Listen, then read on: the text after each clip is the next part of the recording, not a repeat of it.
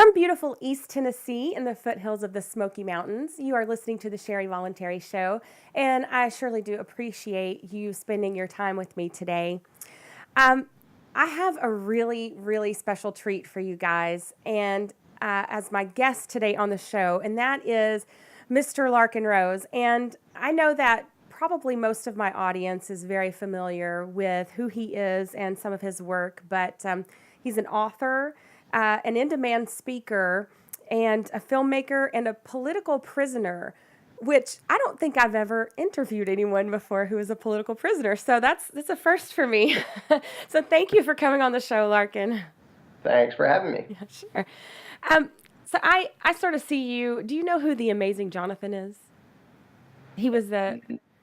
It sounds Name familiar. rings a bell, but don't know He much. was a skeptic from like the 80s who would take these psychics and different, soothsayers and things and expose them. He had been a magician, but he was Sounds like the skeptic. amazing Randy.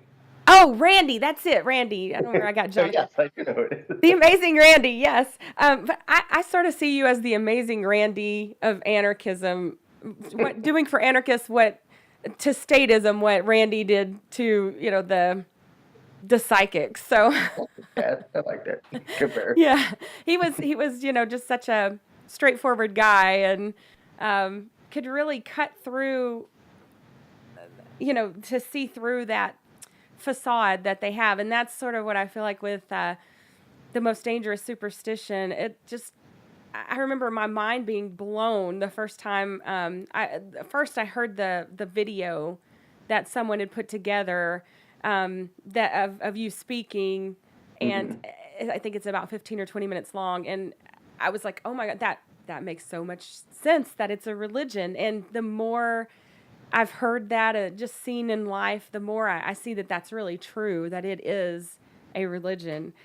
And also, I have to credit you with kind of helping me be an out and proud anarchist Hmm. because that speech that you did, which is my favorite thing that I think that I've heard of yours so far, is the "You're not the boss of me" speech that you did several years ago, and it electrified me. It really did. I remember listening to that and thinking, "Gosh, this is a man unafraid." He's speaking truth to power, right in their very own, the belly of the beast there in Washington D.C., Right. and he's not afraid to do that. So why should I be afraid to be who I am and say what I believe? Because up to that point, I was afraid of people finding out I was an anarchist. Yeah. Uh, so There's so much. There's so much self-censorship in people who either whether it's they're scared of what government's going to do to them or just scared of what other people think of them, and it's so you get a false impression. It seems like nobody believes us. And like obviously we're still a tiny minority of the yeah, population, but if none of us dare to say anything, none of us know that there are any other of us yeah, out there. and it can be so isolating.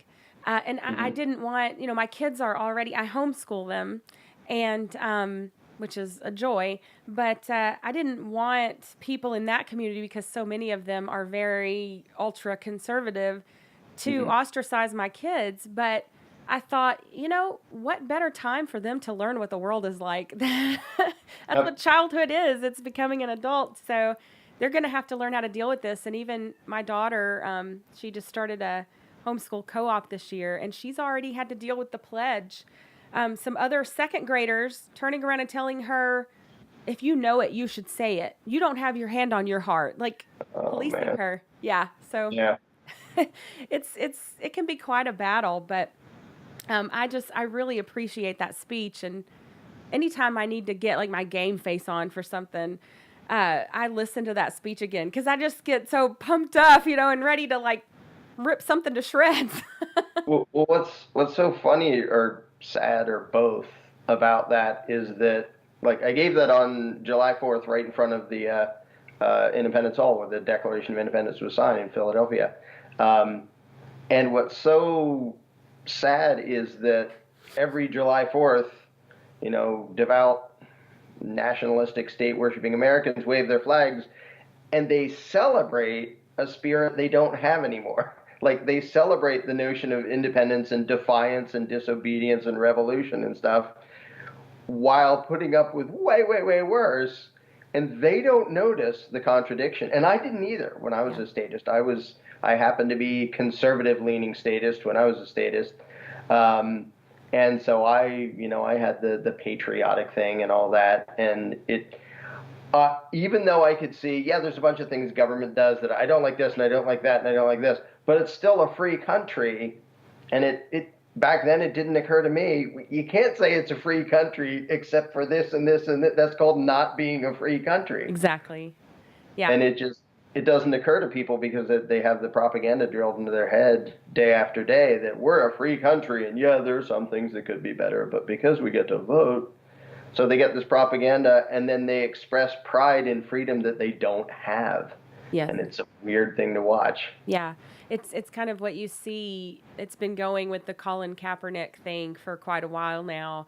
This sort of, we believe in freedom and you're a traitor because you don't freedom like we do. And Right. the guy couldn't make them happy no matter what he does, So I think it's funny, and it is such a clear contradiction. And I love to bring it up because I think it's so clear. It's so easy to see that if you believe in freedom, then you should be for this guy expressing his displeasure in that way. He's not out in the street shooting people. Like, we don't want that. Nobody really wants that. So what could he do to please you? Nothing. Right, but it shows that so many people they're trained in loyalty to a ruling class because that's what patriotism is. And when I was patriotic, I would have said, no, it has nothing to do with that. Yeah. But devotion to a country, when a country literally means the territorial jurisdiction of a ruling class, when you pledge allegiance to the flag and to the republic, you're swearing allegiance to a ruling class. That's what it is. And the indoctrination that people go through in their mind is stronger than their attachment to freedom that they think they have. And whenever there's a conflict between the two, they choose, nationalistic authoritarianism and still think they're free and still think they believe in freedom instead of, and there are some exceptions of people who say, I like the troops, I like the flag, and I like the country, but it's a free country. He gets to say what he wants. Like, there are some people who at least understand that and may even side with freedom, given the choice between the two, but most Americans don't. Most Americans side with obedience to authority while imagining that they're free. And it's a bizarre thing to watch, and it gets way more bizarre when you get outside of statism, when you become an anarchist, and then you're looking at it and going, how did I used to do that? How did I ever think that made sense? And watching other people still do that, it's just, it's obviously frustrating. Yeah, it's surprising at first when you see it. And I think, even though I think once you see it, you can't really unsee it. It's like the Matrix in that way. But, recently with the death of John McCain, it's sort of cropped up its ugly head again, where even other libertarians that I know are speaking in reverent tones about this guy because they don't want to upset other people. And I'm just like, look, I don't mourn when, serial killers die. I'm not going to mourn this guy. Right. That's what he is. He lived his life that way.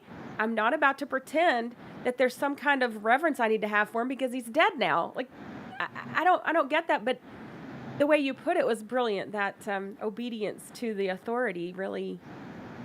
Yeah, because it's Pavlovian training. Like, we're indoctrinated into it. We don't feel it as if it was brainwashing. We feel it like, well, this is just what is, and this is what you're supposed to feel, and this is what you're supposed to be attached to, and this is what you're supposed to care about.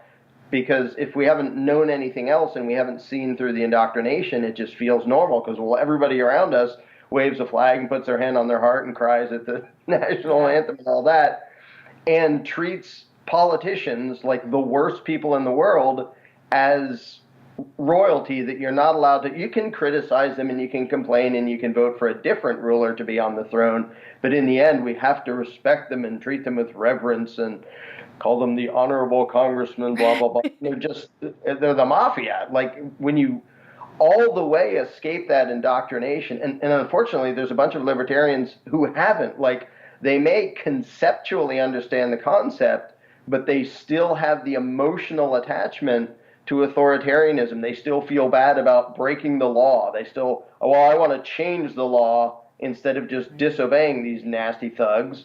I want them to give me their holy permission to be a little bit more free. Right. Because there's still that emotional attachment, and I saw that myself. It took a lot it took a lot longer to all the way rid myself of that ingrained emotional attachment than it did to philosophically and intellectually understand the principles, which are pretty dang simple for the most part. Right. But when you've been trained to feel a certain way, because it's about emotions, you know, and brainwashing is always about, we're going to train you to love your abuser.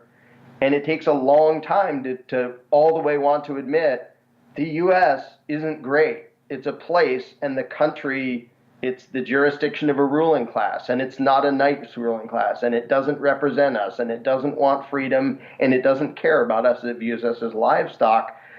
Even the people who start to see the injustices, they still want to imagine that, well, there's a way to fix it. There has to be, because we need our great, you know, we need Old Glory flying in our great United States government to save the day, because it's so uncomfortable to realize, wow, the thing we were taught to worship is basically Satan. Yeah. And it takes a while to have your brain adjust to the fact that we were trained to feel love and loyalty to the bane of humanity, which is authoritarianism.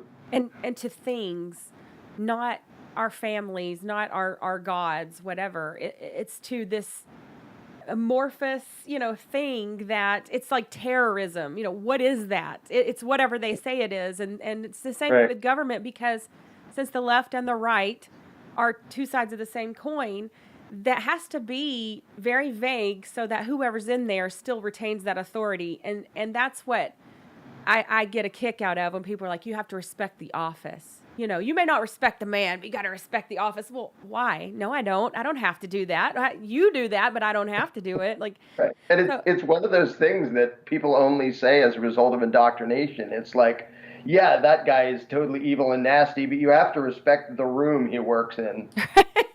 No, I don't. What are you talking about? Right. Or the authority that comes with say the presidency or whatever. Right. Imaginary fluff around this admittedly evil person makes it so we're supposed to respect him. That's just so weird. Yeah. And again, it's for a while, for a long time, I thought it was equivalent to a religion until I realized it is a religion. And it really is, when you get out of it, which is often an uncomfortable process for a lot of people, was for me. It's faster for some and slower for some. But when you get out of it and look back on it, it's so obvious how much it's just, there's nothing rational about it. Yeah. Like just that one example of, you have to respect the office. Like, we all know that guy's a crook, but because of the title, because of the words used to describe him, you have to treat him with reverence when we all know he's a crook. Yeah. It's so bizarre. And it's the exact same thing of like someone being pope. Being president or being pope is the same thing. Yeah. Is you did a bunch of bogus rituals, you claim to be some big authority, and now, first of all, you're not really supposed to criticize him too viciously, and you're supposed to like treat him in a certain way because he got to be on that particular throne, right, or something. And to me, it's ordained by the creator, for that position. Yeah. Right. Instead, they do a bunch of weird rituals. In fact, government to me is the least sane religion. Yeah. Because at least somebody said, "Hey, God put me here and gave me the right to rule," or something. It's hard to disprove that. It's not true. But right. It's hard to disprove it. But when somebody says, "No, this piece of parchment and people doing stuff magically gave me superhuman rights that none of you had to begin with," that makes literally less sense than somebody saying, "Well, he pulled a sword out of a rock, so he has the right to rule." That makes more sense what we have now. But the current excuse is so convoluted and twisted that people assume, well, there must be something rational in there. So I'm like, that's got to make sense. It's just too complicated for me to understand. But since we have a constitution and an election and appointments and a House and a Senate and all these things, and he is the guy who ended up on the throne, we have to revere him and we have to respect him, and we have to respect the process that makes up these commands that, by which they violently dominate us. And the process of extracting your brain from that mental enslavement is usually slow and uncomfortable, and people resist it. Yeah. Speaking of the Matrix, the whole thing of, while they're in the Matrix, they're sort of our enemy because they will cling to it. Yeah. That's what's comfortable. That's what they want right now. They don't understand that we're trying to free them. And so that, as you well know, and I well know, and plenty of us know, that's what we're up against, is people who are enslaved who will actively resist being freed. Yeah. The guy who takes the stake, to go back in, that always blew my mind. But I know in your book, you say that the only difference between government and a street gang is people's perception of the correctness of that. So I may have that a little bit wrong, but I think about another favorite movie of mine, The Labyrinth, where, I don't know if you've ever seen that, but she says, you have no power over me. It's like, that's when everything, his whole illusion just falls apart, because she just realized in that instance that it was only a thing for her because she felt it was. She gave him all that power. And for me, that's exactly the way I felt the day. I can remember the exact moment I became an anarchist, because I had been for quite a while toying with the idea and trying to get there, but I couldn't let go of the military, the patriotism, that love for country, right? And it's like in an abusive relationship or a cult, that sometimes the hardest thing to get out of is the most damaging part of that. It takes the longest. So I remember just when it happened, it was like that, oh my goodness, the dominoes just fell, and there was no denying it at that point. Wow, I am an anarchist. I could, it just kind of makes the hair stand up on the back of my neck thinking about it because of that. But I recently, I guess, well, it's been a year ago now, and I will admit up front that I'm sympathetic to Lysander Spooner's view of voting as an act of self-defense at times. I still don't really advocate for voting, although I recently voted for Glenn Jacobs for Knox County Mayor. It's the first time I've voted in years, but because I know him and I know what he's about, and I thought, well, if we're going to have somebody, we might as well have him. But anyways, I'm learning my lesson about being involved in politics. I was talked into it because I thought I could make, libertarians, big L libertarians, more libertarian. Right. But I think a lot of them aren't ready to go all the way either. I don't know. Maybe it's just me. But anyways, my question to you was about voting, and now I'm trying to remember what it was.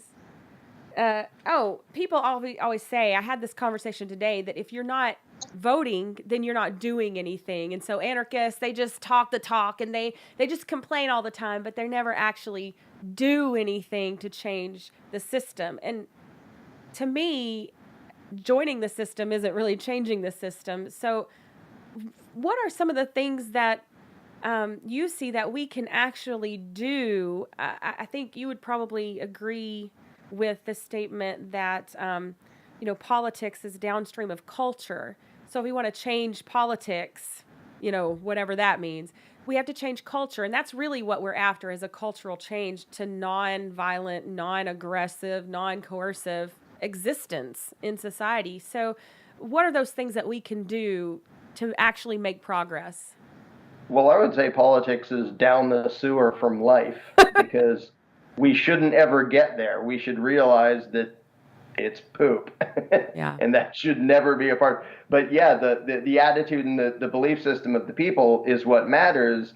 Politics will only go away when they all recognize, or enough of them recognize, it's not legitimate. Why are we playing that game?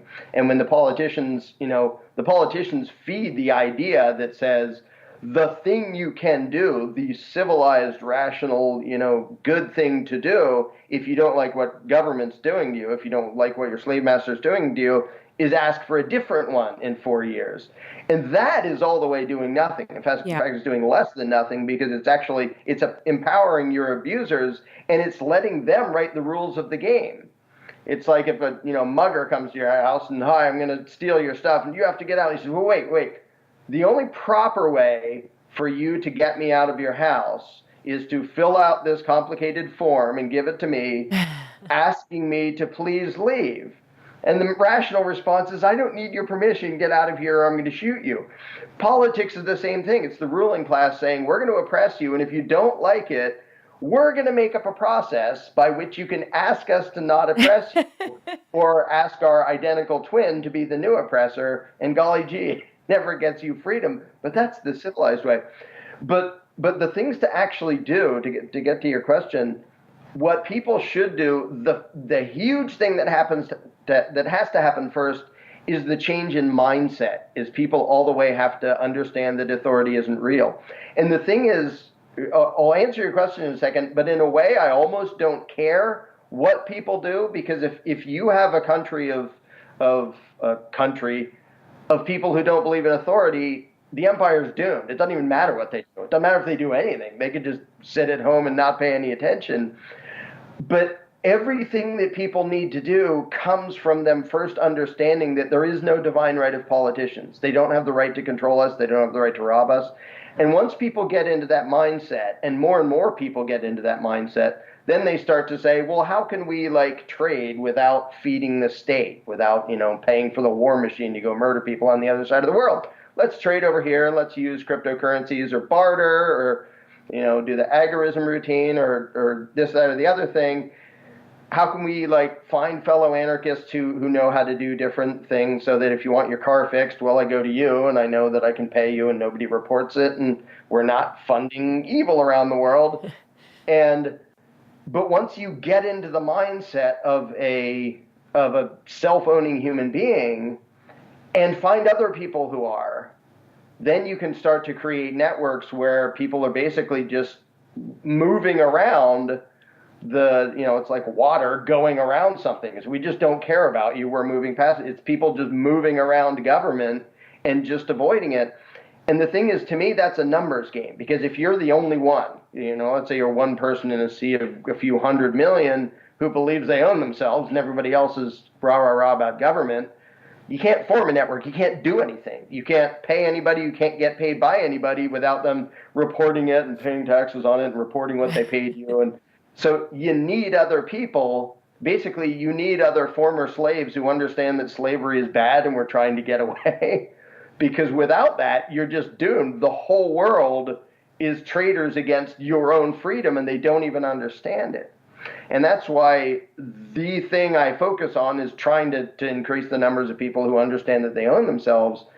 But as those numbers increase, then people can find more and more ways to one of the biggest things is just trade, and the ways to interact and have, communities, and whether it's physically having a place where a few people live who are anarchists, or just like an online community of, well, that's who I go to first if I want to trade something, or I need a mechanic, or I need a vet, or I even need a whatever. Veterinarian, not former mercenary. But to build a stateless world, because it isn't, so many people, because they're used to that mindset, they sort of see anarchy as some central master plan. Here is the plan that we will all follow. It's the opposite of that. It's us realizing nobody has the right to enforce a master plan. Now we're just people. Now we're just grown-ups, and we have to figure out how to interact with each other. And the starting point is don't attack or rob each other. Okay, that's not that tough. And then from there, you figure out ways to accomplish things and be productive and thrive and stuff. But there are literally millions of ways to do it, but the thing that has to happen first is the change in mentality. And I bring this up when people even talk about cryptocurrencies, because it's well, this way makes it so much easier to trade in a way that it's harder for the government to keep track of it. It's really hard for them to seize it. Like money in a bank account, they'd go to the bank and say, give us this money. Okay, here you go. Right. You physically can't seize cryptocurrencies unless you get the person's keys somehow, get his codes. Yeah. And so that's an amazing tool. But I point out even that is worthless if the people feel obligated to obey law. Because if they all say, well, government says I'm not supposed to do that, Right. they can have all the tools, whether it's cryptocurrencies or guns or anything else. They can have all the tools in the world that could be used to resist authoritarianism and get around it. But if they can't resist it in here, if they're not free in there, they're not going to use any of the tools to achieve freedom. They're keep asking for freedom for the master. Yeah. It's sort of that old idea that a gilded cage is still a cage, and the biggest prisons are the ones of the mind that we put in our own minds and say, well, we can't go beyond this point. We can't think even these thoughts because they're wrong. And you get people calling on little girls, calling the police on little girls selling water bottles, or a family having a barbecue in the park, or lemonade stands. That's what you get when you have what you were talking about, that mindset of, well, I can see there's not a problem here. I can see these people aren't doing anything wrong and they're not hurting anybody, but the law says that you have to do it. And so I'm a good person. And in order to be a good person, I have to obey the law. So I have to tattle on these people who aren't as good as me. So they're not obeying the masters. And that's why it really is a matter of like and I remember coming to because I already, as a libertarian / constitutionalist conservative back when I was a statist, I already recognized lots and lots of things bad about the government and destructive it was doing and stuff. And then as I, refined my own philosophy to try to weed out contradictions, and then accidentally turned into an anarchist along the way, it still took a while to realize that thing over there called government is not at all the problem. Like, what's in Washington, D.C. is not the problem. The only reason they have any power is because a few 100 million other people think they have the right to rule. So coming to the realization that this was the problem the whole freaking time, like my view of reality and everybody else's view of reality, and if that changes, you don't have to go have a, march on Mordor and have an epic battle against evil. There's nothing there. Even their enforcers are only there because they're brainwashed. The soldiers and the cops and the tax collectors, they're just people who bought the lie of authoritarianism. And if you can help people out of that lie, you suddenly realize there's nothing left. There's nothing left to fight. It was just a lie. We, the people, are our own enemy. We're the ones oppressing ourselves. And an amazing article written like a bajillion years ago. I guess there wasn't such thing as articles back then. Etienne de la Boétie. Wrong by a mile. On voluntary servitude, I think it was, or something like that. And you'll see the end, the quote from the end pretty often, which is like, I don't ask you to topple the tyrant. I just ask you to withdraw your support and watch him topple under his own weight. Something in that general vicinity. But that comes at the end of a several page, just brilliant diatribe about how, who do you think they're using to oppress us? We're oppressing us because we imagine that they matter. We imagine that their commands matter. So we're spying on each other and we're oppressing each other and we're robbing each other and giving it to them. We're the enemy. Right. And that realization was actually, the thing that gave me the most hope, because that also means if we stop believing they're garbage, we're done. We don't have to go defeat Sauron. We just have to go do an epic battle.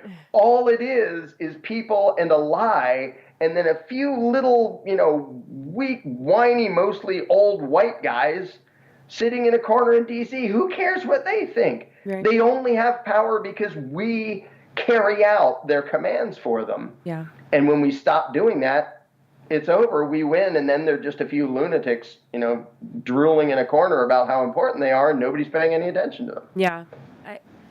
Just to touch on something you said in there a little bit, is, I guess I've been coming to an even deeper realization recently about two basic things that humans need in order to have, good quality of life. And one is purpose, and the other is community.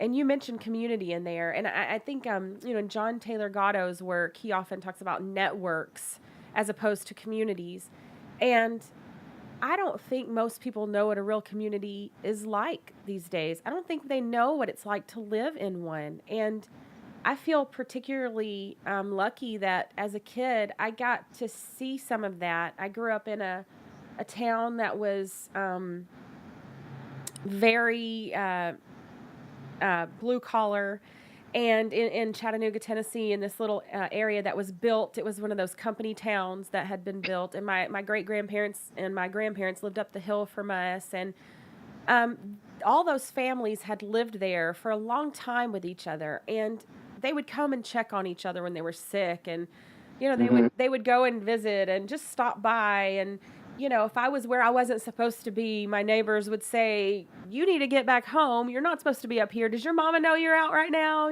Stuff like Right. that. And just really living together, and yeah, sometimes they knew your business, and but even the embarrassing things, even the bad things people did, there was this idea that we're all in it together. And yeah, Right. sometimes you screw up, but you can recover yourself within that community. And there was a real sense of, I'm going to help out my neighbor, because if I were in that position and I needed groceries or something, they'd help me out too. And Right. I feel like that's something we've really, really lost. And we have all these networks.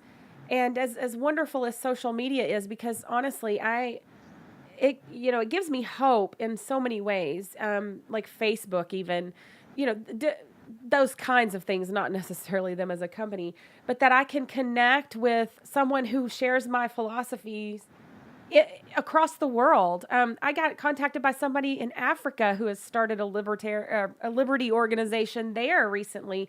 So, and in Cuba, they're doing amazing things there, and they're actually, under threat of violence, Right. like more violence than I'm under the threat of, for sure. Right. And so, these communities are so important, and I think, gosh, it's that's really what we need, is to get people from the point of all of the moving parts. When I try to talk to someone about voluntarism, Mm-hmm. it's so big, and there's so many moving parts, and there's always, well, what about this and what about that, and they want to talk politics, and I'm trying to get philosophy in there. Right. Really, that sense of community is exactly what we're talking about, is people living their lives the way they see fit, not hurting other people, having worked out social ways to handle when there are problems amongst people, but basically leaving each other alone, but also caring and helping each other.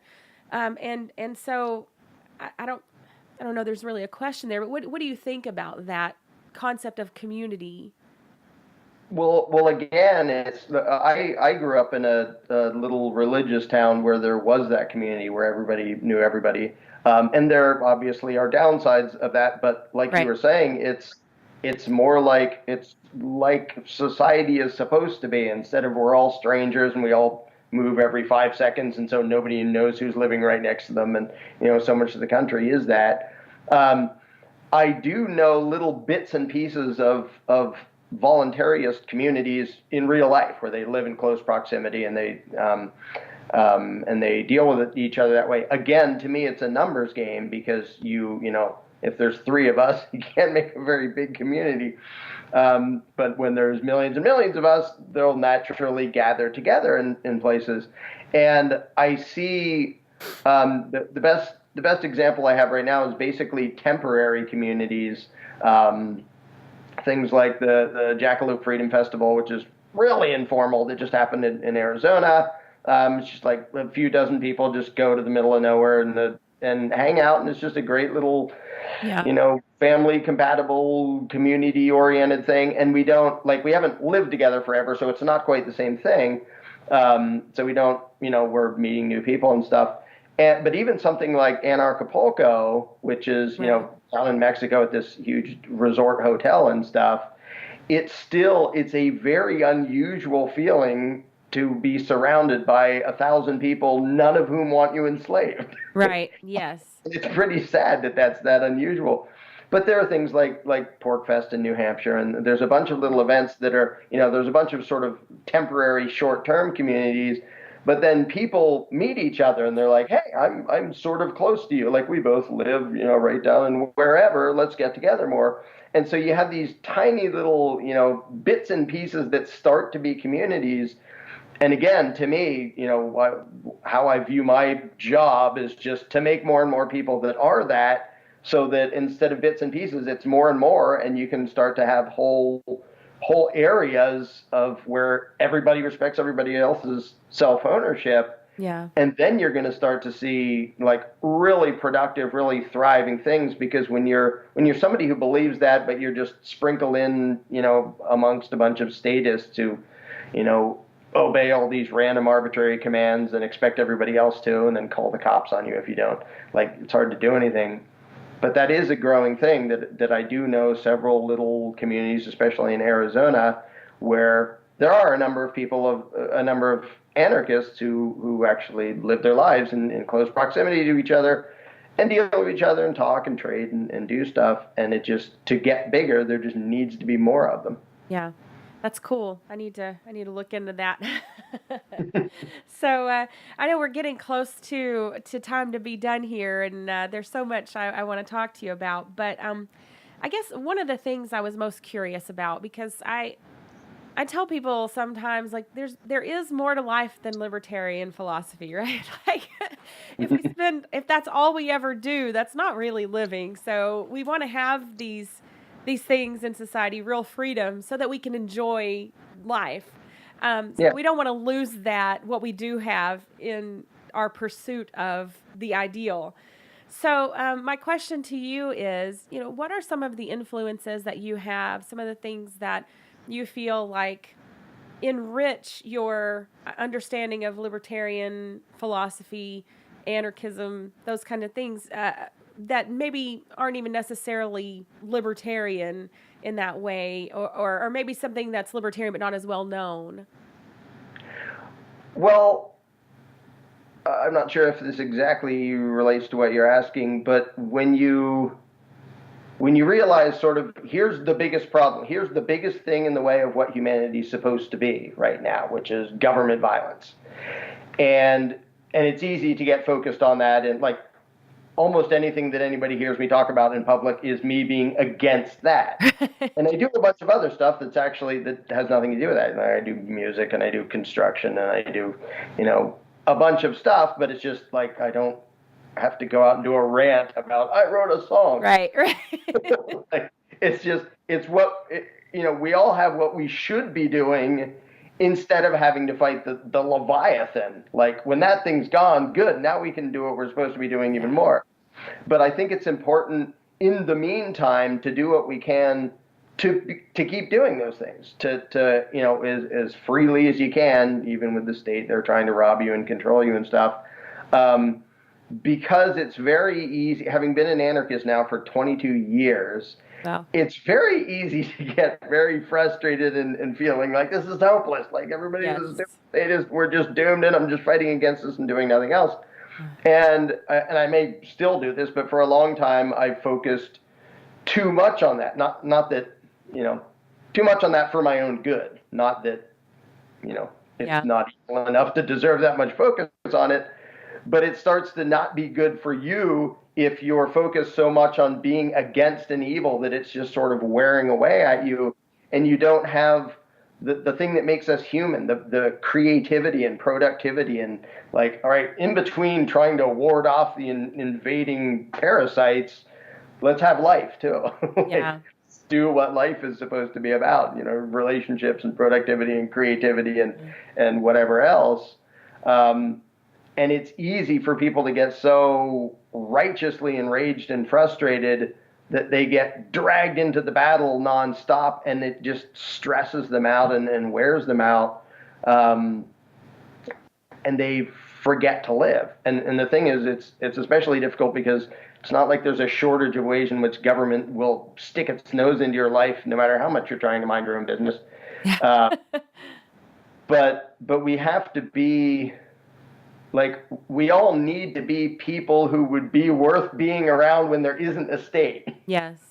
because Yeah. when statism is gone, that's when humanity starts. That's not the end. That's not the finish line. That's the starting line. It's Yeah. okay. Now we got this giant parasite off of the human race. Now humanity can be what it's supposed to be, and now we can be what we're supposed to be, which is not just people battling evil. It's people creating good. Yeah.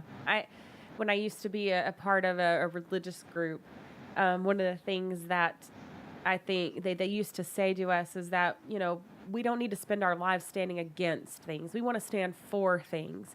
And Mm-hmm. I guess I understand that better now, in that I want to focus on who I am and the principles that I stand for, even though sometimes I do have to talk about the stuff I don't like and lay out the evils of, the state. But I don't stand for that. Like, if I spend all my time only looking at that, then really I'm not looking at the things that I actually do stand for, which are family and community and friends and, all those things, freedom. And so I think you're absolutely right that we want to be those well-rounded people too, that are enjoyable people to be around, because for one, that's good for us. And I think it's easy to fall into that, because so many of us as anarchists are super passionate about, this, and we feel like we're, woke. And so we want to share that with everyone. And I've done that too, where my kids have come to me and said, Mom, do you ever do anything other than,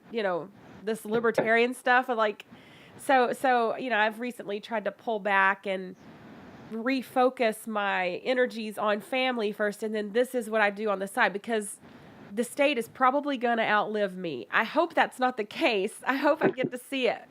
But I don't know when that's going to happen. But I have my kids here right now. I have my family Right. to focus on right now. And that's something that's far more valuable to me and to, ongoing generations, is to raise children who are good people and solid and know how to live and operate in the world and, be a good neighbor. So I think that's such a good point.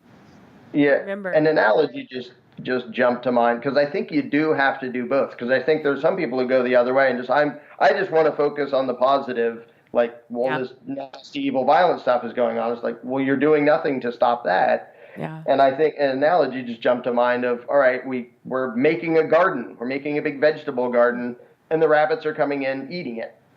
And so, like, you can focus your whole time on keeping rabbits out, and your garden dies. Right. Yeah. Or you can focus none of your time on keeping the rabbits out, and your garden gets eaten.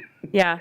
Like, you have to be making the garden and doing what you can to protect it from the things that would destroy it at the same time. So we need the productive and the defensive at the same time.